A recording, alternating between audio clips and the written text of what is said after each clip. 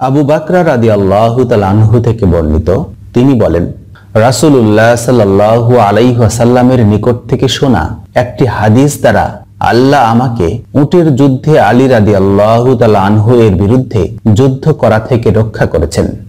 পারস্য সম্রাট কিসরার মৃত্যু হলে তিনি জিজ্ঞেস করেছিলেন, তারা কাকে শাসক নিযুক্ত করেছে? সাহাবীগণ বললেন, তার কন্যাকে। তখন নবী সাল্লাল্লাহু আলাইহি ওয়াসাল্লাম বললেন, যে জাতি কোনো নারীকে নিজেদের শাসক বানায় সে জাতির কখনো কল্যাণ হতে পারে না। বর্ণনাকারী বলেন, আয়েশা রাদিয়াল্লাহু তাআলা আনহা আলী রাদিয়াল্লাহু তাআলা আনহু এর বিরুদ্ধে যুদ্ধ করার জন্য বসরায় আসলে রাসূলুল্লাহ সাল্লাল্লাহু আলাইহি ওয়াসাল্লামের উক্ত হাদিস আমার স্মরণ হয়। তাই তার বদৌলতে আল্লাহ আমাকে উটের যুদ্ধে আলী রাদিয়াল্লাহু তাআলা আনহু এর বিরুদ্ধে যুদ্ধ করা থেকে রক্ষা করেছেন।